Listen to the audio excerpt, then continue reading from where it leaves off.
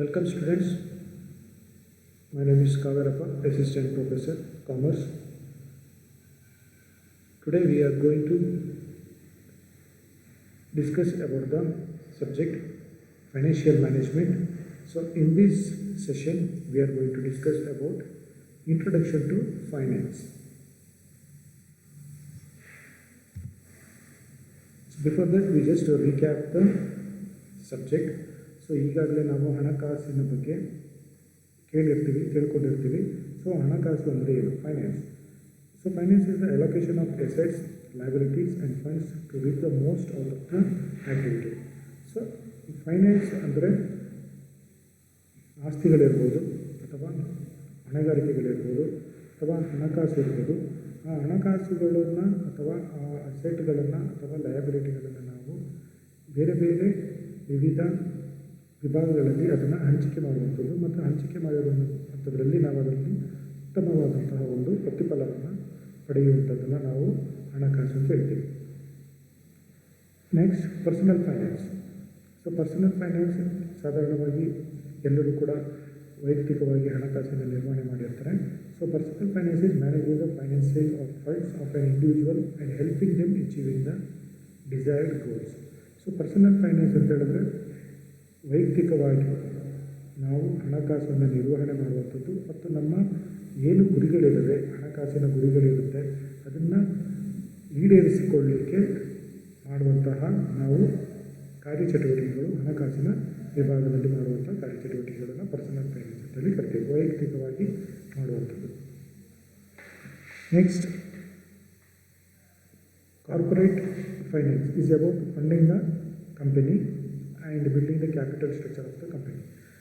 Corporate finance ಇದು ಕಂಪನಿಗಳಿಗೆ, business ಫರ್ಮ್ಗಳಿಗೆ ಸಂಬಂಧಪಟ್ಟಿರುವಂಥದ್ದು ಆಗಿರುತ್ತೆ.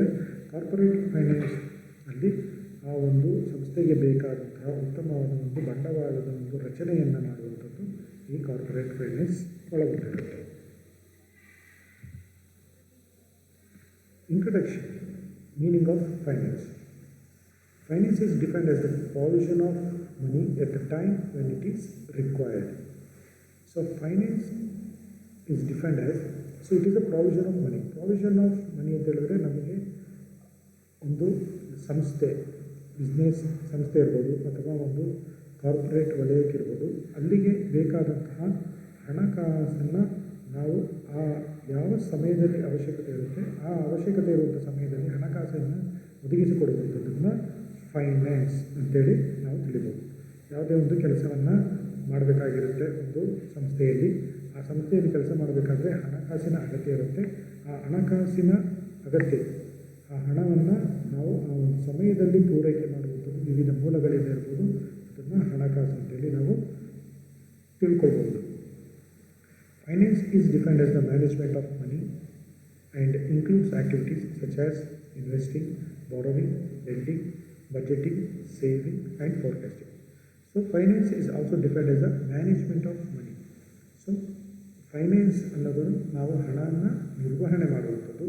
ಇದರಲ್ಲಿ ಯಾವುದೆಲ್ಲ ಚಟುವಟಿಕೆಗಳು ಬರುತ್ತದೆ ಅಂತ ಹೇಳಿದ್ರೆ, ಇನ್ವೆಸ್ಟಿಂಗ್, ಹೂಡಿಕೆ ಮಾಡುವಂಥದ್ದು, ವೈಯಕ್ತಿಕವಾಗಿ ನಾವು ಹೂಡಿಕೆ ಮಾಡುವಂಥದ್ದು ಇರ್ಬೋದು ಅಥವಾ ಕಂಪನಿಗಳು, ಬಿಸ್ನೆಸ್ ಫರ್ಮ್ಸ್ ಅವರು ಹೂಡಿಕೆ ಮಾಡುವಂಥದ್ದು. ಇನ್ವೆಸ್ಟಿಂಗ್ ಅಂದರೆ ನಾವು ಬ್ಯಾಂಕ್ಗಳಲ್ಲಿ ಇನ್ವೆಸ್ಟ್ಮೆಂಟ್ ಮಾಡುವಂಥದ್ದು ಇರ್ಬೋದು, ಪೋಸ್ಟ್ ಆಫೀಸ್ಗಳಲ್ಲಿ ಇನ್ವೆಸ್ಟ್ಮೆಂಟ್ ಮಾಡುವಂಥದ್ದು ಇರ್ಬೋದು, ಶೇರ್ ಮಾರ್ಕೆಟ್ಗಳಲ್ಲಿ ಇನ್ವೆಸ್ಟ್ಮೆಂಟ್ ಮಾಡುವಂಥದ್ದು, ಹಣಕಾಸನ್ನು ಗೋಲ್ಡಲ್ಲಿ ಇನ್ವೆಸ್ಟ್ಮೆಂಟ್ ಮಾಡುವಂಥದ್ದು ಇರ್ಬೋದು. ಸೊ ಇದು ಒಳಗೊಂಡಿರುತ್ತೆ ಈ ಚಟುವಟಿಕೆ. ಬಾರೋವಿಂಗ್ ಅಂತ ಹೇಳಿದ್ರೆ ನಾವು ಬ್ಯಾಂಕ್ಗಳಿಂದ ಅಥವಾ ಫೈನಾನ್ಷಿಯಲ್ ಇನ್ಸ್ಟಿಟ್ಯೂಷನ್ಗಳಿಂದ ಹಣವನ್ನು ಸಾಲದ ರೂಪದಲ್ಲಿ ಪಡೆಯುವಂಥದ್ದು ಅಥವಾ ಬ್ಯಾಂಕ್ಗಳವರು ಹಣಕಾಸನ್ನು ಸಾಲದ ರೂಪದಲ್ಲಿ ನೀಡುವಂಥದ್ದು, lending activities. So financial institutions ಅವರು ಹಣವನ್ನು ಸಾಲದ ರೂಪದಲ್ಲಿ ನೀಡುವಂಥದ್ದು ಅಥವಾ ವೈಯಕ್ತಿಕವಾಗಿ ನಾವು ಹಣವನ್ನು ಸಾಲದ ರೂಪದಲ್ಲಿ ನೀಡುವಂಥದ್ದು, ಇದು ಕೂಡ ಫೈನಾನ್ಸಿನ ವ್ಯಾಪ್ತಿಯೊಳಗೆ ಒಳಪಡುತ್ತದೆ.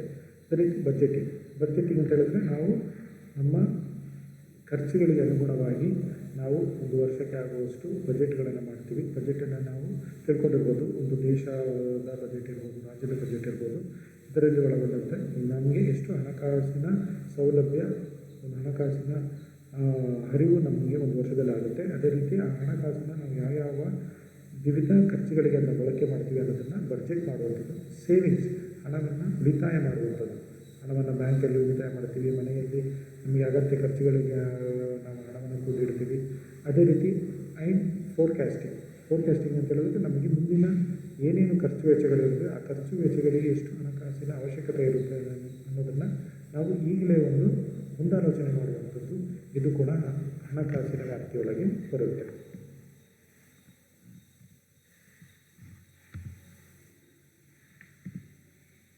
So every enterprise, whether big, medium or small, needs finance to carry on its operations and to achieve its targets. ಯಾವುದೇ ಒಂದು ಸಂಸ್ಥೆಗಳಿರ್ಬೋದು, ಅದು ಚಿಕ್ಕದಾಗಿರ್ಬೋದು ಅಥವಾ ದೊಡ್ಡದಾಗಿರ್ಬೋದು. ಚಿಕ್ಕದು ಅಥವಾ ದೊಡ್ಡದಂಥ ಸಂಸ್ಥೆಗಳಲ್ಲಿ ಈ ಹಣಕಾಸಿನ ಅವಶ್ಯಕತೆ ಅಷ್ಟರ ಮಟ್ಟಿಗೆ ಇರುತ್ತೆ. ಆ ಹಣಕಾಸಿನ ಇಲ್ಲದಂತೆ ಯಾವುದೇ ಒಂದು ಕಾರ್ಯಚಟುವಟಿಕೆಗಳನ್ನು ಮಾಡಲಿಕ್ಕೆ ಸಾಧ್ಯ ಇರೋದಿಲ್ಲ. So every business, every enterprises, every person requires finance to achieve its targets. ಆ ಒಂದು ಸಂಸ್ಥೆಯ ಉದ್ದೇಶಗಳೇನಿರುತ್ತೆ, ಆಬ್ಜೆಕ್ಟಿವ್ಸ್ಗಳೇನಿರುತ್ತೆ, ಆ ಗುರಿಗಳನ್ನು ಈಡೇರಿಸ್ಕೊಳ್ಳೋಕ್ಕೆ ಹಣಕಾಸಿನ ಅವಶ್ಯಕತೆ ಎಲ್ಲ ವರ್ಗದ ಬಿಸ್ನೆಸ್ ಫರ್ಮ್ಗಳಿಗೆ ಅದು ಅವಶ್ಯಕವಾಗಿ ಬೇಕಾಗಿರುತ್ತೆ. So fact is about finance is so indispensable today that it is rightly said to be the lifeblood of an enterprise. So ಹಾಗಾಗಿ ನಾವು ಯಾವುದೇ ಒಂದು ಸಂಸ್ಥೆಗಳಿಗೆ, ಫರ್ಮ್ಗಳಿಗೆ ಇದೊಂದು ಲೈಫ್ ಬ್ಲಡ್ ಆಗಿ ಕೆಲಸ ಮಾಡುತ್ತೆ. ಸೊ ಮನುಷ್ಯನಿಗೆ ಎಷ್ಟು ಮಟ್ಟಿಗೆ ಅವನ ದೇಹದಲ್ಲಿ ರಕ್ತ ಸಂಚಲನ ಇದ್ದರೆ ಅವನು ಜೀವಂತವಾಗಿರ್ತಾನೆ, ಹಾಗೆ ಒಂದು ಬಿಸ್ನೆಸ್ ಫರ್ಮ್ಗಳಿಗೆ ಹಣಕಾಸು ಕೂಡ ಒಂದು ಲೈಫ್ ಬ್ಲಡ್ ಆಗಿ ಅದು ಕೆಲಸ ಮಾಡುತ್ತೆ. ವಿತೌಟ್ ಫೈನಾನ್ಸ್ ಆ ಒಂದು ಸಂಸ್ಥೆ ಬೆಳೀಲಿಕ್ಕೆ ಸಾಧ್ಯ ಆಗೋದಿಲ್ಲ. Next, without adequate finance no enterprises can possibly accomplish its objectives. So without finance, ಸಾಕಷ್ಟು ಹಣದ ಚಲಾವಣೆ ಇಲ್ಲದೆ ಯಾವುದೇ ಸಂಸ್ಥೆಗಳಿಗೂ ಕೂಡ ಆ ಸಂಸ್ಥೆಯ ಉದ್ದೇಶಗಳನ್ನು ಈಡೇರಿಸಿಕೊಳ್ಳಲಿಕ್ಕೆ ಸಾಧ್ಯ ಆಗೋದಿಲ್ಲ. ಆ ಕಾರಣದಿಂದ ಎಲ್ಲ ಒಂದು ಸಂಸ್ಥೆಗಳಿಗೆ, ಎಲ್ಲ ಒಂದು ಬಿಸ್ನೆಸ್ ಫರ್ಮ್ಗಳಿಗೆ ಹಾಗೂ ವೈಯಕ್ತಿಕವಾಗಿ ಎಲ್ಲರಿಗೂ ಕೂಡ ಹಣಕಾಸಿನ ಅವಶ್ಯಕತೆ ಅಷ್ಟರ ಮಟ್ಟಿಗೆ ಇರುತ್ತೆ. ಇಲ್ಲದೆ ಹೋದಲ್ಲಿ ಆ ಒಂದು ಸಂಸ್ಥೆಗಳ ಉದ್ದೇಶಗಳಿರ್ಬೋದು ಅಥವಾ ಮನುಷ್ಯನ ವೈಯಕ್ತಿಕವಾಗಿ ಅವನ ಉದ್ದೇಶಗಳು ಕೂಡ ಈಡೇರಿಸಲಿಕ್ಕೆ ಸಾಧ್ಯವಿಲ್ಲ. ಆ ಕಾರಣದಿಂದ ಫೈನಾನ್ಸಿನ ಲೈಫ್ ಬ್ಲಡ್ ಆಫ್ ಎಂಟರ್ಪ್ರೈಸ್ ಅಂತ ಕರೀತಾರೆ. Without adequate finance no enterprise can possibly accomplish its objectives. Finance has been traditionally classified into two categories. First one is public finance, another one is private finance. ಫೈನಾನ್ಸನ್ನು ಎರಡು ವಿಭಾಗಗಳಲ್ಲಿ ನಾವು ಅದನ್ನು ವಿಭಾಗ ಮಾಡ್ಬೋದು. ಮೊದಲನೇದಾಗಿ public finance. So public finance deals with the requirements, receipts and disbursements of funds in government institutions like states, local self governments and central government.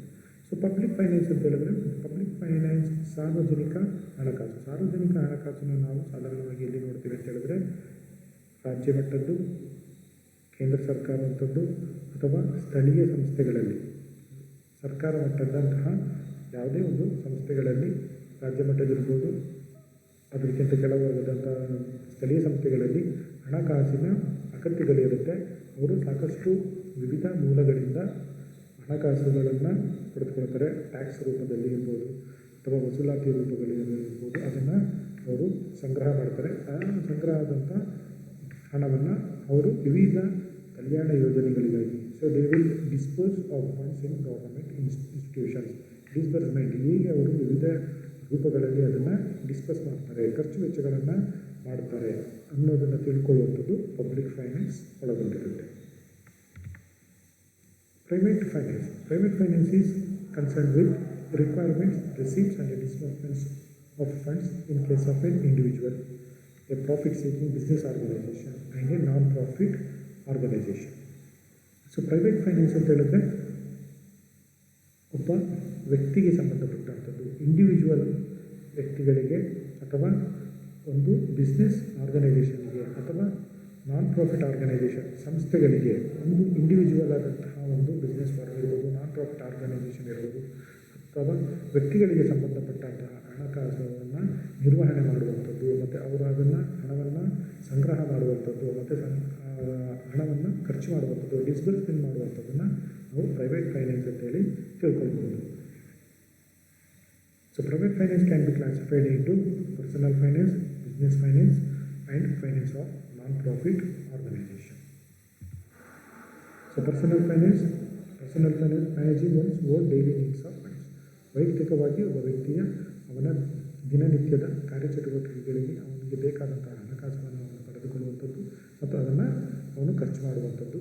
ಈಗ salaried employees ಇರ್ತಾರೆ, ಕೂಲಿ ಕೆಲಸಗಳು ಹೋಗುವಂಥ ವ್ಯಕ್ತಿಗಳಿರ್ತಾರೆ, ಅವರಿಂದ ಹಿಡಿದು ವೈಯಕ್ತಿಕವಾಗಿ ಅವರು ಒಬ್ಬ ವ್ಯಕ್ತಿಯು ಅವನು ಹಣಕಾಸನ್ನು ಮ್ಯಾನೇಜ್ ಮಾಡುವಂಥದ್ದು, ಅವನ ದಿನನಿತ್ಯದ ಚಟುವಟಿಕೆಗಳಿಗೆ, ಖರ್ಚು ವೆಚ್ಚಗಳಿಗೆ ಅವನು ಹಣವನ್ನು ಸಂಗ್ರಹ ಮಾಡೋದು, ಅದನ್ನು ಖರ್ಚು ಮಾಡೋದು ಪರ್ಸನಲ್ ಫೈನಾನ್ಸ್ ಆಗಿರುತ್ತೆ.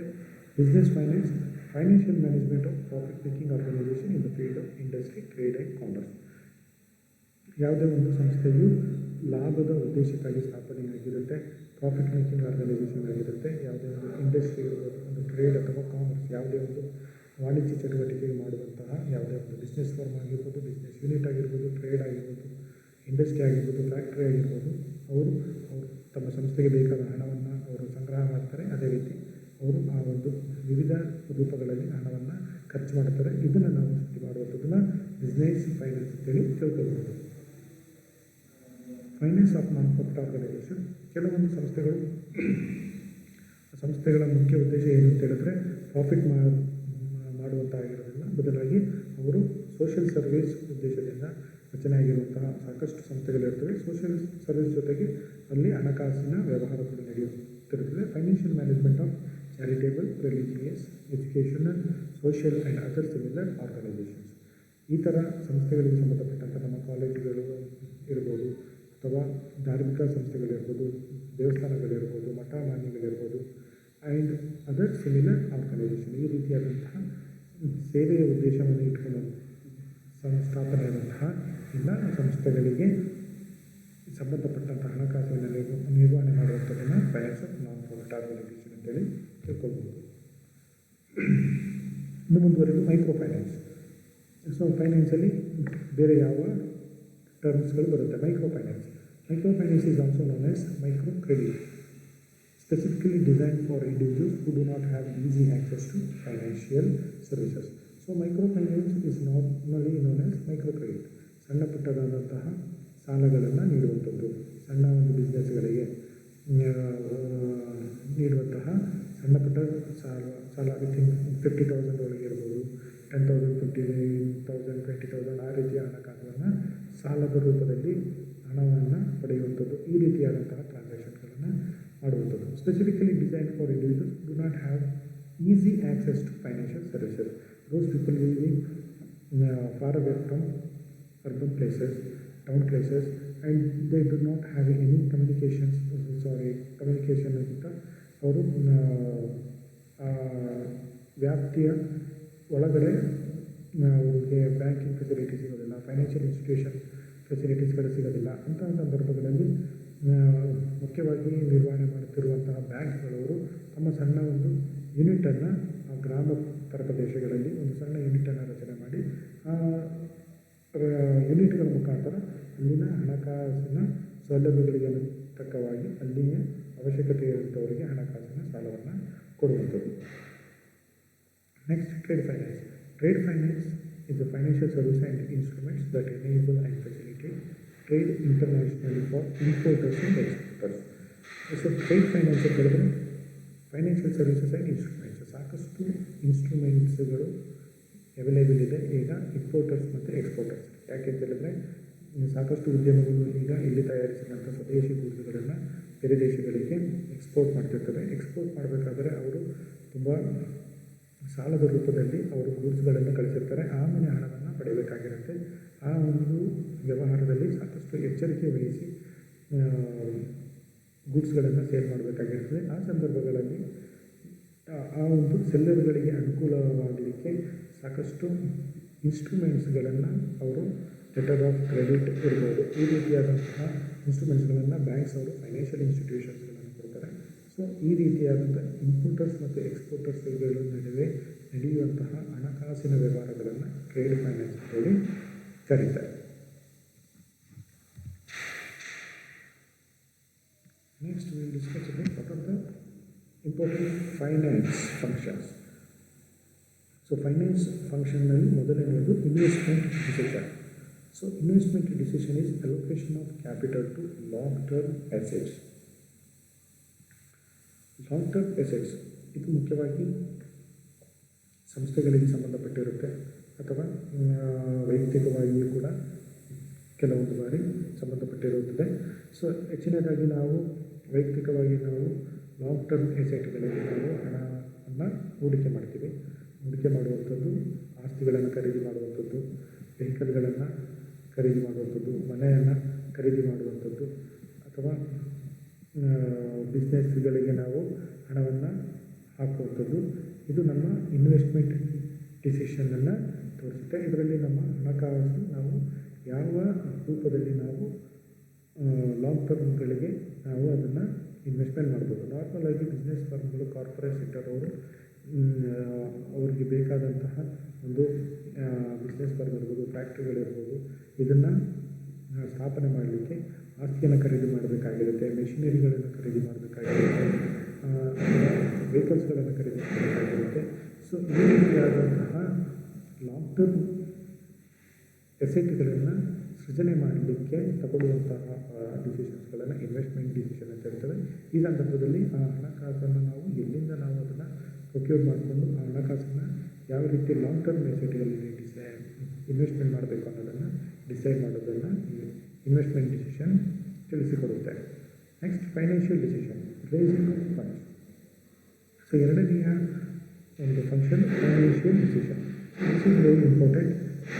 ಯಾಕೆಂತ ಹೇಳಿದ್ರೆ ನಾವೀಗ ತಿಳ್ಕೊಬೋದು ಲಾಂಗ್ ಟರ್ಮ್ ಎಸೆಟ್ಗಳಲ್ಲಿ ಇನ್ವೆಸ್ಟ್ಮೆಂಟ್ ಮಾಡಬೇಕು, ಶಾರ್ಟ್ ಟರ್ಮ್ ಇನ್ವೆಸ್ಟ್ಮೆಂಟ್ಗಳಲ್ಲಿ ಇನ್ವೆಸ್ಟ್ಮೆಂಟ್ ಮಾಡಬೇಕು. ಸೊ ನಮಗೆ ಹಣದ ಮೂಲ ಎಲ್ಲಿಂದ ನಾವು ಅದನ್ನು ತೆಗೆದುಕೊಳ್ಬೇಕಾಗುತ್ತೆ. ಸೊ ನಮಗೆ ಹಣದ ಮೂಲ ನಮ್ಮ ಸ್ವಂತ ಹಣಕಾಸಿನಿಂದನ ಅಥವಾ ನಾವು ಈಗ ಸ್ಯಾಲರಿ ಪೀಪಲ್ ಆಗಿದ್ದರೆ ಹಣಕಾಸಿನ ಮೂಲ ಲಭ್ಯ ಇರುತ್ತೆ. ಅಥವಾ ನಮಗೆ ಹಣಕಾಸಿನ ಮೂಲ ಲಭ್ಯ ಇಲ್ಲ ಅಂತ ಹೇಳಿದ್ರೆ ನಾವು ಬ್ಯಾಂಕ್ಗಳಿಂದ ಲೋನ್ ಪಡೆಯುವಂಥದ್ದು ಅಥವಾ ಫೈನಾನ್ಷಿಯಲ್ ಇನ್ಸ್ಟಿಟ್ಯೂಷನ್ಸ್ಗಳಿಂದ ಲೋನ್ ಪಡೆಯುವಂಥದ್ದು. ಸೊ ಹಣದ ಮೂಲವನ್ನು ನಾವು ಈ ಇನ್ವೆಸ್ಟ್ಮೆಂಟ್ ಮಾಡಬೇಕಾದ್ರೆ ಎಲ್ಲಿಂದ ನಾವು ಅದನ್ನು ಪಡೆದುಕೊಳ್ಳುವಂಥದ್ದು, ಅದನ್ನು ಡಿಸಿಷನನ್ನು ತಗೊಳ್ಳುವಂಥದ್ದು ಫೈನಾನ್ಷಿಯಲ್ ಡಿಸಿಷನ್ ಆಗಿರುತ್ತೆ. ಯಾವ ಮೂಲದಿಂದ ನಾವು ಹಣವನ್ನು ಸಂಗ್ರಹಿಸಿ ನಾವು ಈ ಶಾರ್ಟ್ ಟರ್ಮ್ ಅಥವಾ ಲಾಂಗ್ ಟರ್ಮ್ ಎಸೆಟ್ಗಳಿಗೆ ನಾವು ಅದನ್ನು ಇನ್ವೆಸ್ಟ್ಮೆಂಟ್ ಮಾಡಬಹುದು. ಸೊ ಹಣದ ಮೂಲ ಎಲ್ಲಿಂದ ನಮಗೆ ದೊರೆಯುತ್ತದೆ ಅನ್ನೋದ್ರ ಬಗ್ಗೆ ನಾವು ತಗೊಳ್ಳುವಂತಹ ಡಿಸಿಷನ್ ಫೈನಾನ್ಷಿಯಲ್ ಡಿಸಿಷನ್ ಒಳಗೊಂಡಿರುತ್ತೆ. Next dividend decision, distribution of profits to the shareholders. Dividend decision ಇದು ಸಂಪೂರ್ಣವಾಗಿ ಕಾರ್ಪೊರೇಟ್ ವಲಯಕ್ಕೆ ಸಂಬಂಧಪಟ್ಟಿರುತ್ತೆ. ಸಂಸ್ಥೆಗಳು ಅವರು ಸಂಸ್ಥೆಯ ಯಾವುದೇ ಕಾರ್ಯ ಚಟುವಟಿಕೆಗಳನ್ನು ಪ್ರಾರಂಭ ಮಾಡೋದಲ್ಲಿ ಷೇರುಗಳನ್ನು ಇಶ್ಯೂ ಮಾಡಿ ಆ ಶೇರ್ ಹೋಲ್ಡರ್ಸನ್ನು ಪಾಲುದಾರಿಕೆಯಾಗಿ ಕಂಪನಿಯಲ್ಲಿ ಪಾಲುದಾರಿಕೆಯಾಗಿ ಮಾಡಿಕೊಂಡು ಅಲ್ಲಿ ಅವರಿಂದ ಹಣವನ್ನು ತಗೊಂಡು ಸಂಸ್ಥೆಯನ್ನು ನಡೆಸ್ತಾ ಇರ್ತಾರೆ. ಆ ಸಂಸ್ಥೆಯಲ್ಲಿ ಉತ್ತಮವಾಗಿ ಪ್ರಾಫಿಟ್ಗಳು ಬಂದಾಗ ಆ ಪ್ರಾಫಿಟ್ಗಳನ್ನು ಶೇರ್ ಹೋಲ್ಡರ್ಸ್ಗಳಿಗೆ ಡಿಸ್ಟ್ರಿಬ್ಯೂಷನ್ ಮಾಡಬೇಕಾ, ಎಷ್ಟು ಪರ್ಸೆಂಟೇಜ್ ಅವರಿಗೆ ಪ್ರಾಫಿಟನ್ನು ಡಿಸ್ಟ್ರಿಬ್ಯೂಟ್ ಮಾಡಬೇಕು ಅನ್ನೋದರ ಬಗ್ಗೆ ತಗೊಳ್ಳುವಂತಹ ಡಿಸಿಷನನ್ನು ಡಿವಿಡೆಂಡ್ ಡಿಸಿಷನ್ ಅಂತೇಳಿ ಕರೀತಾರೆ. ಸೊ ಈ ಡಿವಿಡೆಂಡ್ ಡಿಸಿಷನ್ ಒಂದು ಇಂಪಾರ್ಟೆಂಟ್ ಡಿಸಿಷನ್ ಆಗಿರುತ್ತದೆ. ಈ ಡಿವಿಡೆಂಟ್ ಡಿಸ್ಟ್ರಿಬ್ಯೂಟ್ ಮಾಡೋದ್ರ ಮುಖಾಂತರ ಆ ಸಂಸ್ಥೆಗೆ ಹಣದ ಒಳಹರಿವು ತುಂಬ ಇಂಪಾರ್ಟೆಂಟ್ ಆಗಿ ಕ್ರೂಷಿಯಲ್ ಆಗಿ ಡಿಸೈಡ್ ಆಗುತ್ತೆ. ಅವರು ಈಗ ಶೇರ್ ಹೋಲ್ಡರ್ಸ್ ಅವರಿಗೆ ಡಿವಿಡೆಂಟ್ಗಳನ್ನು ಡಿಸ್ಟ್ರಿಬ್ಯೂಟ್ ಮಾಡಿದ್ರೆ ಎಷ್ಟು ಪರ್ಸೆಂಟೇಜ್ ಮಾಡಬೇಕು, ಅದರ ಮೇಲೆ ಹಣದ ಹರಿವು ಎಷ್ಟರ ಮಟ್ಟಿಗೆ ಅವರಿಗೆ ಬರುತ್ತೆ.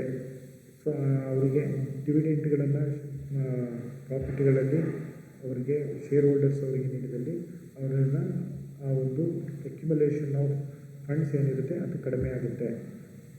ಅದೇ ರೀತಿ ಡಿವಿಡೆಂಟನ್ನು ಡಿಸ್ಟ್ರಿಬ್ಯೂಟ್ ಮಾಡದಿರೋದ್ರಲ್ಲಿ ಮುಂದಿನ ದಿನಗಳಲ್ಲಿ ಬಂಡವಾಳ ಹೂಡಿಕೆಗಳು ಕೂಡ ಅದರ ಮೇಲೆ ಈ ಡಿವಿಡೆಂಟ್ ಡಿಸಿಷನ್ ಮೇಲೆ ಪರಿಣಾಮ ಬೀರ್ಬೋದು. ಸೊ ಇದನ್ನೆಲ್ಲ ಆ ಒಂದು ಸಂಸ್ಥೆಯವರು ಹಣಕಾಸಿನ ಸಂಬಂಧಪಟ್ಟಂತೆ ಡಿಸಿಷನ್ ತಗೊಳ್ಬೇಕಾಗಿರುತ್ತೆ. So whether they have to give the dividends or not. So which they are giving, so how much percentage they have to give the dividends to the shareholders. This is related to the finance of that company. Next one, liquidity decision. So investment in current assets. Liquidity decision, we know liquidity means any instruments ಅಥವಾ ನಮಗೆ ಈಸಿಯಾಗಿ cash ಆಗಿ ಸಿಗುವಂತಹ ಹಣಕಾಸಿನ ಮೂಲಗಳು. So liquidity decision ಅಂತ ಹೇಳಿದ್ರೆ ಸಂಸ್ಥೆಗಳು ಅಥವಾ ವೈಯಕ್ತಿಕವಾಗಿಯೂ ಇರ್ಬೋದು, ನಮಗೆ ತುರ್ತು ಹಣಕಾಸಿನ ಅವಶ್ಯಕತೆ ಇದ್ದಾಗ ನಾವು ಹೇಗೆ ಆ ಹಣಕಾಸಿನ ಅವಶ್ಯಕತೆಯನ್ನು ನಮ್ಮಲ್ಲಿ ಇರುವಂತಹ ಅಸೆಟ್ಗಳನ್ನು ನಾವು ಕ್ಯಾಶ್ ಆಗಿ ಕನ್ವರ್ಟ್ ಮಾಡಿಕೊಂಡು ನಮ್ಮ ಹಣಕಾಸಿನ ಅವಶ್ಯಕತೆಗಳನ್ನು ಪೂರ್ಣಗೊಳಿಸ್ಬೋದು ಅನ್ನೋದ್ರ ಬಗ್ಗೆ ಈ ಲಿಕ್ವಿಡಿಟಿ ಡಿಸಿಷನ್ ಡಿಸೈಡ್ ಮಾಡುತ್ತೆ. ಸೊ ಆ ಕಾರಣದಿಂದ ನಾವು ಕಂಪನಿಯಲ್ಲಿರ್ಬೋದು ಅಥವಾ ವೈಯಕ್ತಿಕವಾಗಿ ನಮ್ಮ ಖರ್ಚಿಗೆ ಬೇಕಾದಂತಹ ತುರ್ತು ಖರ್ಚುಗಳಿಗೆ ಬೇಕಾದಂತಹ ಸ್ವಲ್ಪ ಹಣವನ್ನು ನಾವು ಕೆಲವೊಂದು ಲಿಕ್ವಿಡಿಟಿ ಅಸೆಟ್ಸ್ಗಳಲ್ಲಿ ಇನ್ವೆಸ್ಟ್ಮೆಂಟ್ ಮಾಡುವಂಥದ್ದು ಕೂಡ ಉತ್ತಮವಾಗಿರುತ್ತೆ. ಸೊ ಆ ಕಾರಣದಿಂದ ನಾವು ಮ್ಯೂಚುವಲ್ ಫಂಡ್ಗಳಲ್ಲಿ ಇರ್ಬೋದು ಅಥವಾ ಗೋಲ್ಡಲ್ಲಿರ್ಬೋದು ಅಥವಾ ಸೇವಿಂಗ್ಸ್ ಬ್ಯಾಂಕ್ಗಳಲ್ಲಿರ್ಬೋದು, ಈ ರೀತಿಯಾದಂತಹ ಕೆಲವೊಂದು ಈಸಿಯಾಗಿ ನಮಗೆ ಹಣದ ಅವಶ್ಯಕತೆ, ಅದರ ಜೊತೆಗೆ ಒಂದು ಉತ್ತಮ ರೇಟ್ ಆಫ್ ರಿಟರ್ನ್ಸ್ ಕೂಡ ಸಿಗುವಂತಹ ಎಸೆಟ್ಗಳಲ್ಲಿ ಇನ್ವೆಸ್ಟ್ಮೆಂಟ್ ಮಾಡುವಂತಹ ಒಂದು ಹಣಕಾಸಿನ ಒಂದು ಡಿಸಿಷನ್, ಇದನ್ನು ಲಿಕ್ವಿಡಿಟಿ ಡಿಸಿಷನ್ ಅಂತೇಳಿ ಕರೀತಾರೆ. Okay, these are the authors or references. So till now we have discussed